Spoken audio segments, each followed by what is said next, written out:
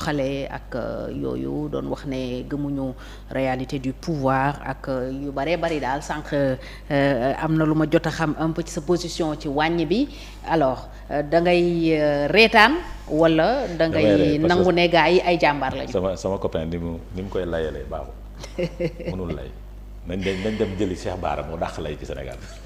Cheikh Bara Ndiaye c'est-à-dire mënul lay. Et quand on voit, il a des difficultés pour sortir les mots, parce que aussi il s'attendait pas à ça, pour dire vrai. Il s'attendait pas à cette baisse insignificative.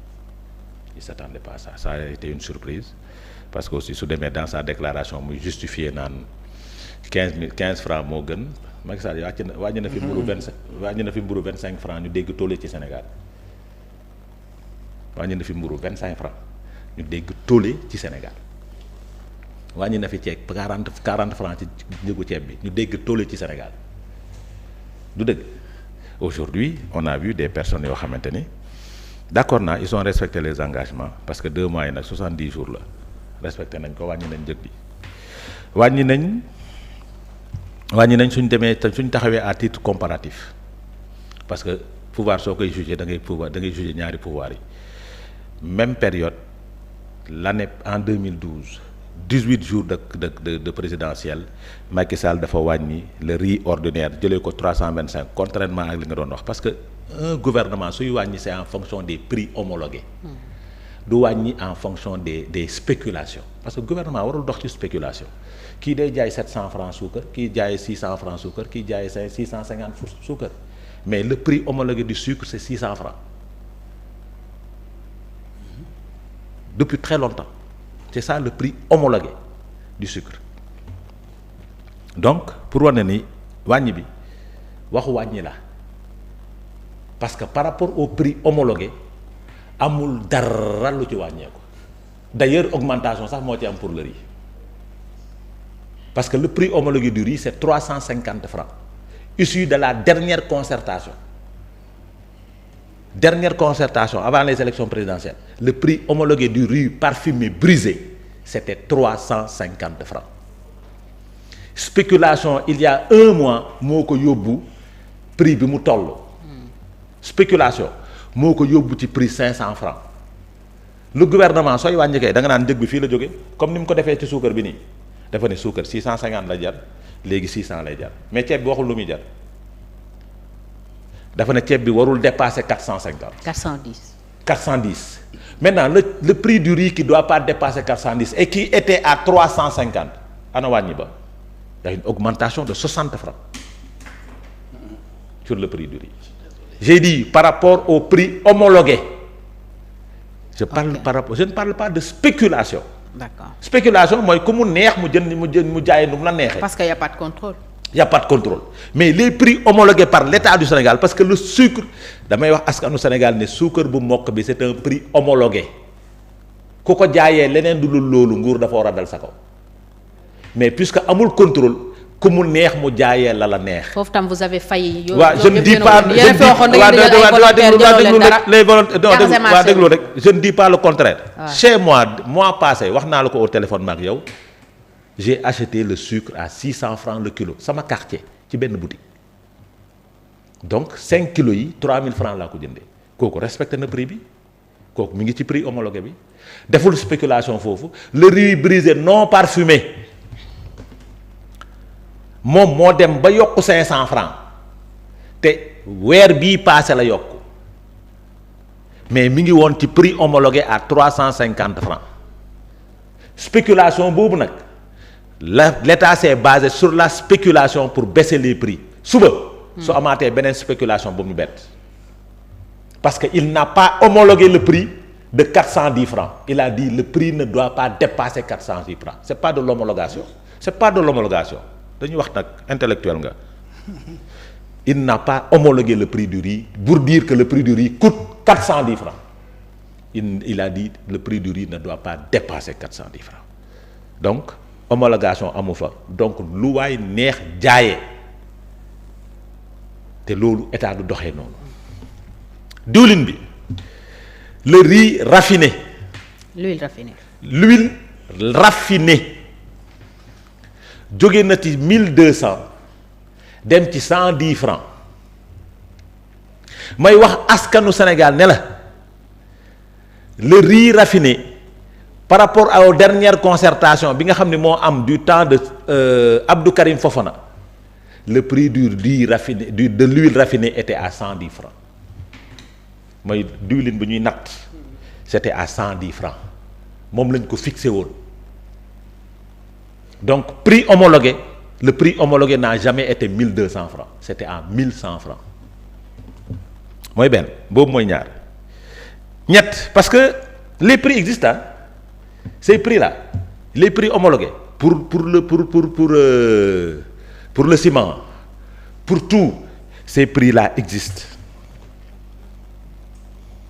su ma ko xamoon sax dama leen koy yónnee ngeen jot ko.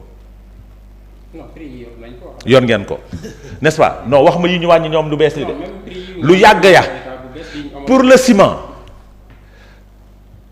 on dit bravo 100 francs la ñu wàññi ci sur le sac du ciment 100 francs mais par rapport au prix déclaré bi nga xam ni moom lañ déclaré au tonnage li ñu déclaré c'est pas 22 000 francs le prix du ciment c'était pas ça soo demee vérifier waat les prix. non waaw prix ciment bi moom li ngeen wàññi ñaata la du 2000 francs ngeen wàññi ci tonne bi. le prix homologué du ciment c'était combien. tonne bi ñaata. moom laa leen laaj yow yaa ngi toog kay wax ma. 40 000. c'est 40 000. le prix homologué du ciment n'était pas 40 000 francs. ñaata la woon. dernière concertation c'était pas ça. c'est-à-dire moom laa la wax dama ne wàcc baax na. mais sooy wàññi da ngay basé wu état day basé wu sur des prix. c'est que Adama bu ñu ñëwaatee ci homologation prix yi ngay wax. waaw homologation prix yi dafay dépendre d'une zone à une zone parce que tey. bàyyi ma terminer dama lay relancer nga waaw parce que boo xoolee yaa ngi wax homologation prix yi lu jëm ci li nga xamante ni moom moo di sucre bi yaa ngi wax léegi c'est 600 francs mais au niveau de Dakar homologation bi au niveau de Dakar li nga xamante moom mooy service commerce bu Dakar au niveau de Dakar c'était 75 600 c'est à l'intérieur au-delà de Dakar muy l'intérieur du pays moo doon jar homologué woon 600 francs 600 francs mais suivi bi nga xamante ni moom moo ci waroon am ci seen gouvernement amu ci je ne dis pas ça parce que ñi nga xamante ni ñoom ñoo waroon a jaayee 600 am nañu jaayee 650 am nañu jaayee 675 dama ne au niveau de Dakar ñu waroon jaayee 575 am nañu jaayee 600 francs waaw bàyyi ma donc côté boobu yéen ngeen bañuma dara j'ai dit bañuma que spéculation am na spéculation su amee nguur du wàññi ci spéculation ci njëgu spéculation du ci wàññi suukar prix homologué lay jaar pour wàññi ci moo tax mu naan lii la doon jar lii lay jar beneen mbir la baisse des denrées na Sénégalais yi xam ni ça ne concerne que Dakar mburu mi 15 francs yi Ndakaaru la yem xam nga lu tax dañ ñoo jox njëgu Dakar le pain a coûté 175 francs ça coûte que Dakar 175 francs jarul Fouta 175. waaw wala déedéet lu muy jar Fouta. 200 francs. c'est même pas le même poids. c'est-à-dire ça varie suivant les régions. moi j'ai fait le Fouta. non bàyyi ma grand après di nga tontu j'ai dit le pain. mais même loolu yéen bi ngeen di mujjee wàññi loolu ngeen waxoon. déedéet mais dañoo joxoon prix à l'intérieur du Sénégal dañ ne pain bi 175 la à l'intérieur c'est à 200 pour que nit ñi xam def la différenciation pour mu leer mais soo defee 175 francs ne wàññi nañ ci 15 francs à l'intérieur jarul 175 francs jarul loolu maintenant nga wàññi 160 francs 15 francs wàññi nañ fi 25 francs de nee naal toli am. wàññi nañ fi mburu juróomi dërëm ñu ne non dañoo yab sénégalais yi parce que juróomi waa déglu déedéet déglu rek grand dama ne wàññi nañ fi juróomi dërëm taw li ne kur ñu dañoo yab sénégalais yi juróom la ñuy wàññi ci njëgu mburu bi ñoom ñetti dërëm la ñu wàññi. indi problème mu weccit. delloo ñu ci jamonoy weccit ci jamonoy dërëm mais nag c'est normal puisque Sonkoy Jomaay mooy Sonko 10 francs bi mooy Sonko mooy Sonko 5 francs bi mooy Jomaay. mais bien sûr loolu la andi ba pare andi coono di nga dem xëy suba jëndi mburu kilo mburu bu dikkee bi ne la aw ma monnaie xam nga lu tax parce que dërëm amatul Sénégal c'est des pièces qui ont disparu de la circulation. ñaar dërëm sax dama ko gëj. les pièces de 25 francs sax dafa disparaître dans la circulation 25 francs les pièces d'or amatul ci circulation bi bàyyi sa yaawoo produire tu ko. xanaa day fekk dama buntu jumaa Touba bi. non j'ai dit waaw. man de sama aqulaa taala laa waxe ba ma gëjee gis. non raar na moom. ba ma gëjee gis ñaar dërëm parce que sama doom sax laa la wax duma ko xamul ñaar dërëm. j'ai dit sama doom xamul 10 francs du dëgg puisque ñoom. yaa ne woon ci nguur gi nag Adama c'est normal. non tu n'as pas compris non waaw doo ma déglu taalibe bii di wayaan fii ci suba gi. ku xëy suba fukki dërëm nga koy jox. doo ko jox juróomi dërëm wala ñaar dërëm parce que amatul maintenant nag dañ ñoo war a bëgg delloo si ci jamonoy twist jamonoy bekkoor jamonoy ñaar dërëm ak dërëm jamonoy ñàkk bu metti ba parce que jamonoy ñàkk bu metti ba ci la nit di soxla dërëm damaa xëy tey balaa may ñëw sa émission bi wallahi sama bureau laa toog naan ku ci am 10 francs ak 15 francs dama ko jox woo naa plus que 50 personnes kenn amu ci dërëm kenn amu ci ñaar dërëm ma génn dugg ci boutique bi ndekk grand ku ci am dërëm ak ñaar dërëm na ma jox bu ñu fàtte vous vous rappelez de El Hadj Diouf da daan dugg ci boîte ne ku am dërëm ma jox la 50 000 wala 100 000 doo gis ku génne dërëm parce que dërëm dafa révolu maintenant ce pouvoir là dañ ñoo poussé ci ne dellu siwaat ci dërëm ak ñaar dërëm fii la fi Macky Sall andi billet téeméer ñu ne ñu dëkk bi dafa Macky ndax téeméer la dëkk bi nag non moom la jamono jooju dañ ne Macky Sall la ko fi andi billet téeméer ñu ne ñu dëkk bi dafa Macky parce que moo fi andi téeméer moo ñu delloo ci billet téeméer mais ñii delloo ñu ci billet téeméer dañ ñoo delloo ci jamono yi 10 francs 15-10 jamono yi 10 francs ak dërëm loolu mooy firnde lenn ne dëkk bi dafa jomaay ba jommi ba ma ngi waaj a fay parce que nag fay bi mooy lan bii di dërëm bii di ñaar dërëm boutiquier yi soo moo ngeen pare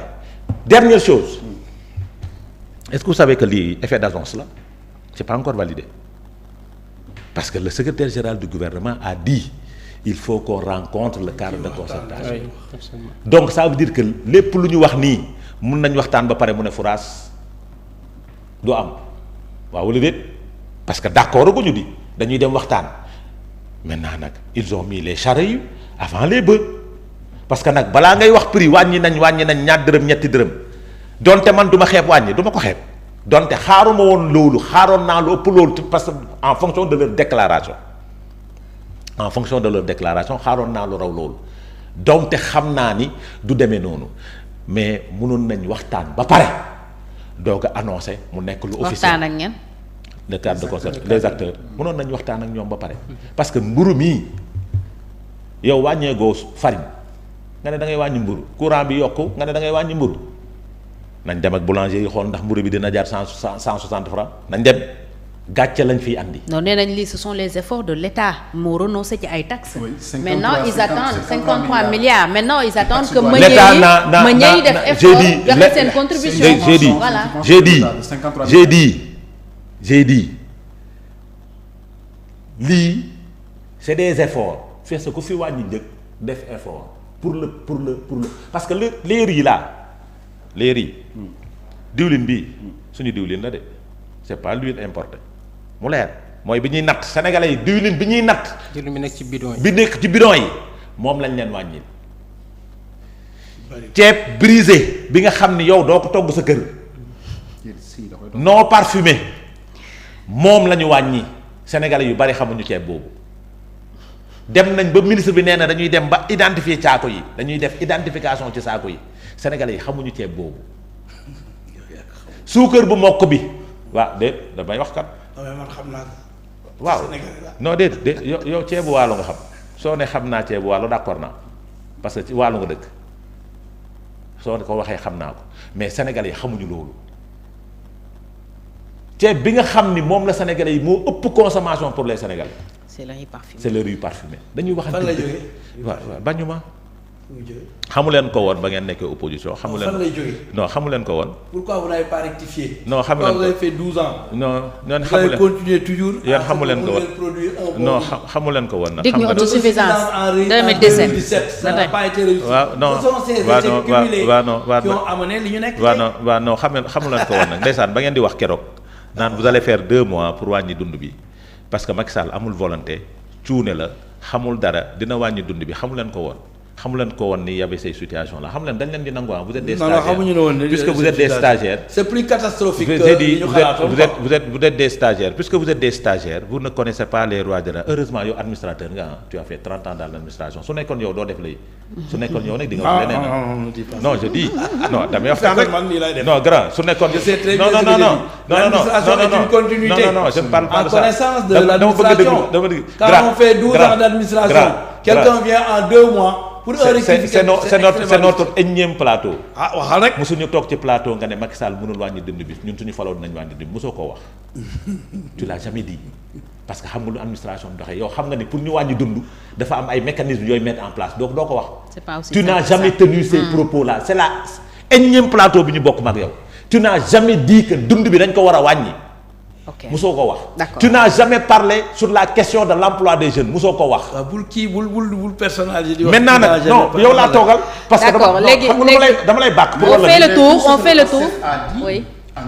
oui waaw Cheikh may ma. général adjoint Cheikh je ne refuse pas j'ai dit je ne refuse pas mais tout ce que je dis c'est que moom il connaît l'administration il a fait 30 ans d'administration. il connaît l'administration. mais ñeneen ñi mais ñeneen ñi ay stagiaires lañ. ils n'ont jamais dirigé. ils ont dit tout simplement dinañu wàññi dund bi. déedéet. dund bi wàññi dama lay tegal vidéo bi. dama lay tegal vidéo bi de. et c'est un effort qui commence et qui va continuer c'est dans ça va dans la. waaw nee na ñu ngi xaar yeneen bés d'ici le mois d'août. ah oui dama l'espoir est permis. j'ai dit d'ici le mois d'août waxuma ko woon sa biir plateau d'ici le mois d'août moom il sait que le FMI va injecter de l'argent au mois d'août. va décaisser en juillet. En juillet. Oui. Il y avait une conditionnalité. Oui. Lever les subventions. Et le secrétaire général du gouvernement mi ngi koy junj te que subventions yi dafa war a tëb dans ce pays là kon su ñu waxee baisse mënuma ko gëm. non lu tax mën naa la expliquer lu tax mu baisse di am. Écoute, je vous écoute. waaw c'est-à-dire au fond ni ngeen doon gouverner xaalis bi ak détournement yi di dugg ci ay poches ak jubali gi fi nekkoon en rectifiant tout cela il y a une manne financière boo xam dina dugg ci keesu nguur gi. et loolu. c'est-à-dire mën na indi subvention. c'est-à-dire. ah si li ma la wax c'est clair. non c'est-à-dire on a vu que des gens émarger. te liggéeyuñu. non amul fenn. loolu yëpp amoon na. amul fenn. on a vu beaucoup de détournement de deniers publics. vous n'avez pas de preuve. yooyu yëpp bu fekkee ni dindi nañ ko. vous n'avez pas de preuve jubanti parce que da nga wax léegi lu am importance da nga ni dëkk bi dafa jomaay ma ni kon de dëkk bi dafa jub. ndax jomaay jub lañ ko xama non waaye buñ nee dëkk bi dafa Macky